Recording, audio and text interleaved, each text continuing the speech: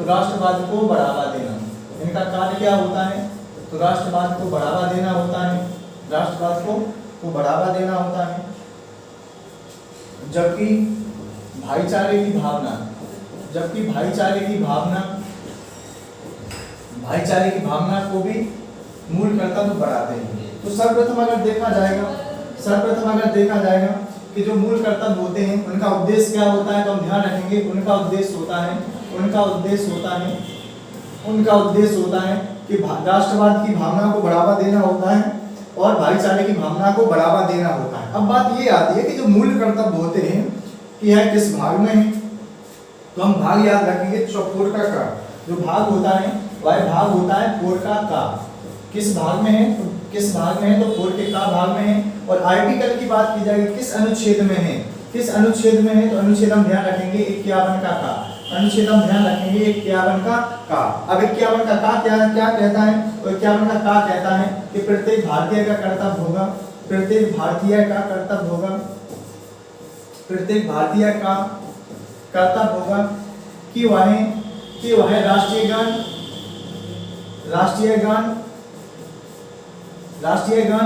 राष्ट्रीय गीत तथा भाईचारे की भावना को बढ़ावा दे।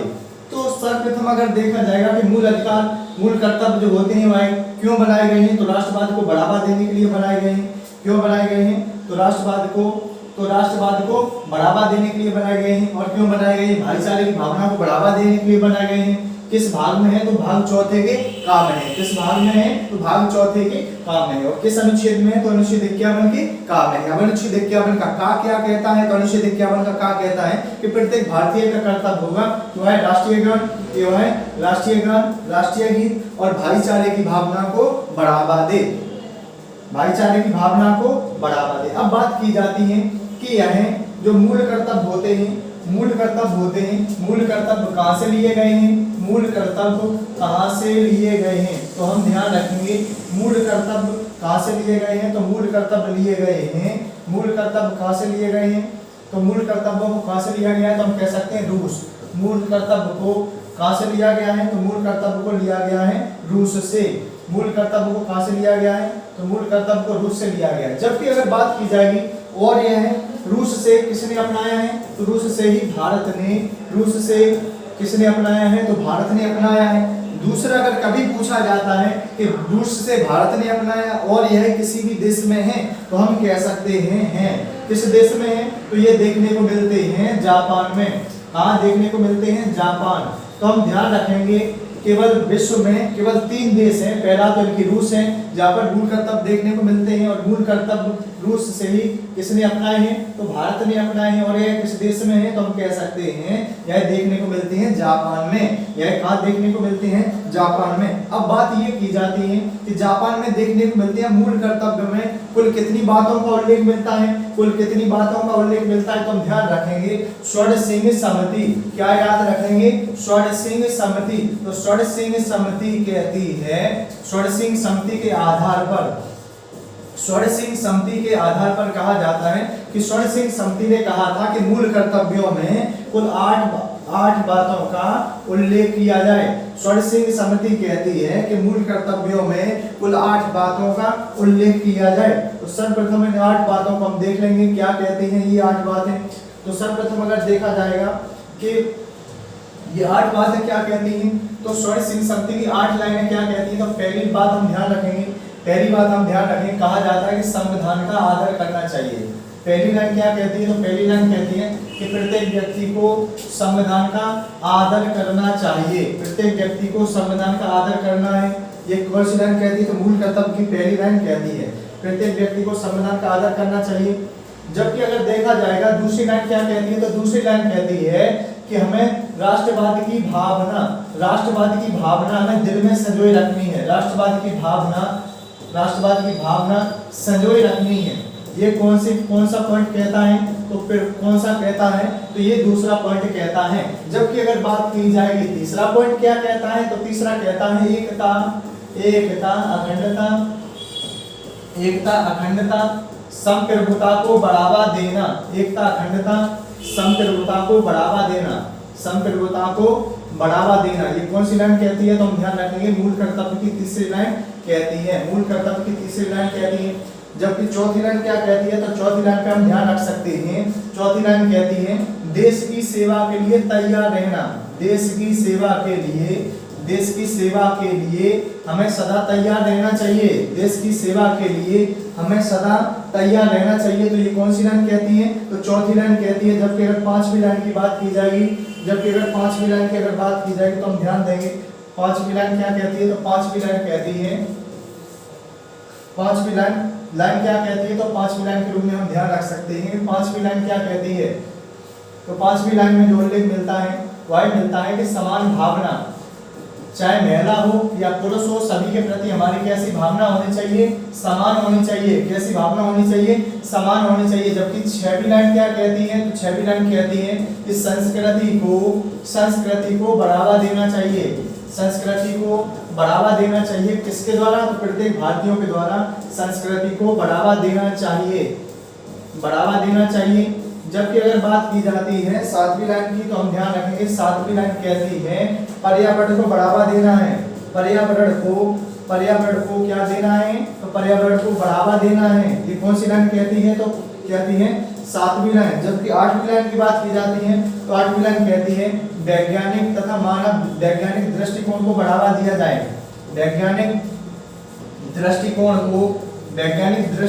को बढ़ावा दिया जाए। ये कौन सी लाइन कहती है? तो हम कह सकते हैं कि ये जो कहती है आठवीं लाइन कहती है। अब बात ये आती है कि जो स्वर्ण सिंह समिति थी उसने कहा था कि मूल कर्तव्यों में कुल 8 बातों को ही जोड़ा जाए। ये कहने वाली कौन थी? तो स्वर्ण सिंह समिति थी। लेकिन आगे चलकर क्या हुआ कि जब कुछ संविधान सभा के लोगों की बात की जाएगी कि बाद में ऐसा लगा कि यहाँ पर कुछ और तथ्यों को जोड़ा जाना चाहिए था, तो हम कह सकते हैं यहाँ पर 42वां संविधान संशोधन 1976 होता है, संविधान संशोधन होता है 1976। संविधान संशोधन कौन सा हुआ? तो संविधान संशोधन हुआ 1976, 42वां संविधान संशोधन 1976 हुआ। और इस 42वां संविधान संशोधन 1976 के द्वारा, इस 42वां संविधान संशोधन 1976 के द्वारा हम कह सकते हैं 2 बातों को जोड़ा गया, 2 बातों को जोड़ा जाता है। 42वां संविधान संशोधन 1976 होता है, उसके द्वारा 2 बातों को मूल कर्तव्यों में जोड़ा जाता है। और पहली बात की ध्यान रखेंगे, पहली बात क्या जोड़ी गई? तो सार्वजनिक संपत्ति की सुरक्षा, सार्वजनिक संपत्ति की क्या करनी चाहिए? तो सार्वजनिक संपत्ति की सुरक्षा करनी चाहिए, सार्वजनिक संपत्ति की सुरक्षा करनी चाहिए। तो ऐसा कौन कहता है? तो हम कह सकते हैं 42वां संविधान संशोधन 1976 जो 2 बातों को ऑलरेडी क्या करता है? सार्वजनिक संपत्ति की सुरक्षा करनी चाहिए। और इसके बाद जो दूसरी लाइन इसमें क्या कहती है? तो हम कह सकते हैं दूसरी लाइन कहा जाता है सतत विकास को बढ़ावा दिया जाए, सतत विकास को बढ़ावा दिया जाए, सतत विकास को बढ़ावा दिया जाए। तो हम कह सकते हैं ये कौन सी लाइन कहती है? तो ये दूसरी लाइन कहती है 42वां संविधान संशोधन 1976 की। लेकिन आगे चल के अगर देखा जाता है तो हम देखते हैं एक और संविधान संशोधन होता है, एक और संविधान संशोधन होता है, एक और संविधान संशोधन हुआ। और यह कौन सा होता है? तो 86वां संविधान संशोधन, 86वां संविधान संशोधन 2002, 86वां संविधान संशोधन 2002 होता है। कहा जाता है इसके द्वारा हमारे भारतीय संविधान के मूल कर्तव्यों में कुल 11वीं लाइन जोड़ी जाती है। कुल 11वीं लाइन कौन सी जोड़ी जाती है? तो हम कह सकते हैं शिक्षा का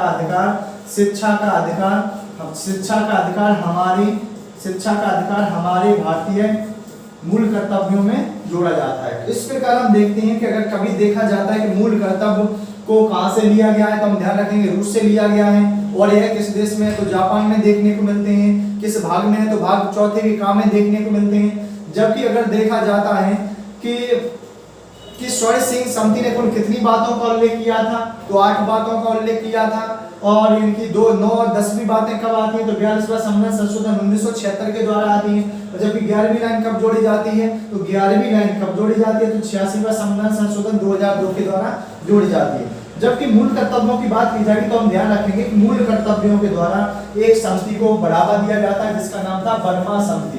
जिसका नाम क्या था? तो बर्मा समिति। और बर्मा समिति कब आती है? तो हम ध्यान रखेंगे 1999 में आती है। बर्मा समिति कब आती है? तो 1999 में आती है। और कहा जाता है इसके तहत कितने अधिनियम आते हैं उसको हम बारीकी से देख लेंगे। तो सर्वप्रथम अगर देखा जाएगा तो हम ध्यान रखेंगे प्रथम अधिनियम को जो इसके तहत आया था। तो इनकी कहा जाता है जो पहला अधिनियम था वह कौन था? वन्यजीव संरक्षण अधिनियम। वन्यजीव संरक्षण अधिनियम यह किसके द्वारा आता है? तो बर्मा समिति के द्वारा आता है, जो 1999 की समिति थी, और यह किसके अंडर कार्य करती थी? तो मूल कर्तव्यों के अंतर्गत। तो वन्यजीव संरक्षण जो अधिनियम आता है कब आता है? तो 1972 को। कब आता है? 1972 को। जबकि अगर बात की जाएगी वन संरक्षण अधिनियम, वन संरक्षण अधिनियम, वन संरक्षण एक्ट की बात की जाएगी तो हम ध्यान रखेंगे ये कब आता है? तो वन संरक्षण अधिनियम 1980 में आता है। कब आता है? 1980 में आता है। अगर बात की जाएगी कि लोक प्रतिनिधित्व अधिनियम कब आता है? लोक प्रतिनिधित्व अधिनियम, लोक प्रतिनिधित्व जो एक्ट आता है यह कब आता है? तो हम ध्यान रखेंगे यह कब आया? तो 1951 में आया। यह कब आया? तो 1951 में आता है। जबकि अगर देखा जाएगा नेक्स्ट और अधिनियम कौन सा आता है? तो हम ध्यान रखेंगे कि सिविल संरक्षण अधिनियम, सिविल संरक्षण एक्ट, सिविल संरक्षण जो अधिनियम आता है, सिविल संरक्षण जो एक्ट आता है वह कब आता है? वह आता है 1955 में आता है। वह कब आता है? 1955 में आता है। कब आता है? तो 1955 में आता है। जबकि अगर देखा जाएगा इसके बाद जो अंतिम अधिनियम बचा हुआ है और जिसका नाम है गौरव निवारण अधिनियम, जिसका नाम है गौरव निवारण अधिनियम। तो राष्ट्रीय गौरव निवारण अधिनियम कब आता है? राष्ट्रीय गौरव निवारण जो अधिनियम है, गौरव निवारण जो एक्ट है वह कब आता है? तो 1971 में आता है। कब आता है? तो 1971 में आता है। तो आज के वीडियो में हमने क्या देखा? तो मूल कर्तव्यों को देखा, जिसके उद्देश्य को हमने समझा, यह क्यों बनाए जाते हैं, इनका क्या कार्य होता है, तथा क्या कहां से यह दिए गए हैं, तथा इसके तहत कौन सी समिति कार्य कर रही है, जिसको हमने भली भांति इस वीडियो के माध्यम से समझ लिया है। अगर वीडियो पसंद आता है तो चैनल को लाइक, सब्सक्राइब एंड शेयर करें। वीडियो देखने के लिए धन्यवाद।